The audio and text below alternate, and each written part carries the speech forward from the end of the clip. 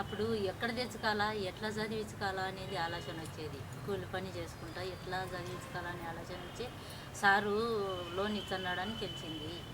అప్పుడు నేను 100 రూపాయలు కట్టుకుంటూ కొద్ది రోజులు 6 నెలల తర్వాత లోన్ ఇచ్చినాడు. అప్పటి నుంచి ఇంకా ఒకవేళ వాళ్ళ అందరి టయానికి ఇవ్వకుండా ఎవరినో ఒకరిని సారు తరపున పట్టుకొని ముందుగానే ఇప్పించుకుంటూ ఇచ్చినాడు. తక్కువ వడ్డీతో ఏడకి పోయినా వడ్డీలని చాలా వడ్డీలతో చాలా ఇబ్బంది పడినాము. ఇప్పుడు చాలా మేలు కలిగింది. ఆయన శ్రీఫా సారు ఆయన తరపున నా పిల్లలు నా కొడుకు చాలా మేలు జరిగింది. లేకుంటే వడ్డీలు కట్టలేదు. అవ్వేదాం అనకుండా ఏమీ అడగలే మమ్మల్ని ఏమో. కానీ ఏమి చేస్తున్నారంటే నేను కూలి పనే సార్, మా సొంత మిల్లు ఉంది అని చెప్పి ఆ మాటే ఒక్కటే అడిగినారు. కానీ ఏం అడగలే, ఇచ్చేసినారు.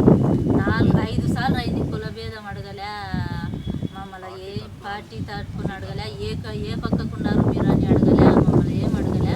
ఇచ్చుకుంటూనే వస్తున్నాడు, మేము కట్టుకుంటూనే వస్తున్నాం. ఇప్పుడు 5 సార్లు అయింది. ఆ సారు ఇచ్చినందుకు చాలా మేలు పొందినాము. ఆయనకు ఎంతో రుణపడి ఉంటాము. ఆయన మంచి మనసుకు చాలా సార్ హెల్ప్ చేస్తారు. ఆయన మంచి మనసు గుర్తింపు అనేది వస్తుందంటే సార్కు ఇంకా మేము చాలా మేలు పడతాం సార్ వల్ల. ఆయన ఇదైతే ఆయన మంచితనము